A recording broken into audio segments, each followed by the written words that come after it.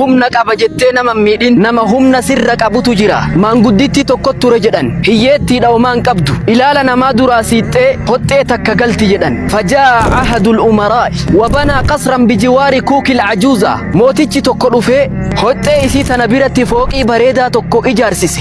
Gaafa fooqiin ijaaramtee xumuramtee bareeddee tolfamte irra dhufee fooqii tanarra naanna'ee laalee hoxxeen tuni ta'eennu jedhee gaafate.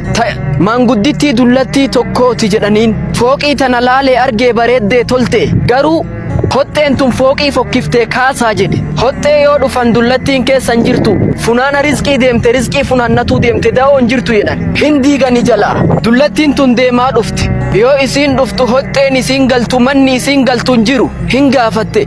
Hoxxee tiyya maaltu diige jettee gaafatte. Mootitu diige hoxxeen tanteetuni fooqii kana laalcha fokkiste jennaan diige jedhaniin. Yeroo kana isiin lafatti jilbeeffattee harka samitti ol qabde.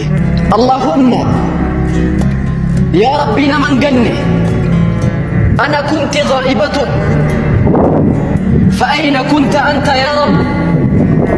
Ani bakka fagoo biraa dhaqe yaa rabbi ati eessa biraa dhaqxe jette dullattiin tun. Yoo isiin agana jettu nama fooqii san keessa jiruufi fooqii sanillee rabbi garagalche. Du'aa'iin mazluumee kadhaan nama miidhamee lafan bu'edha rasuul rabbi.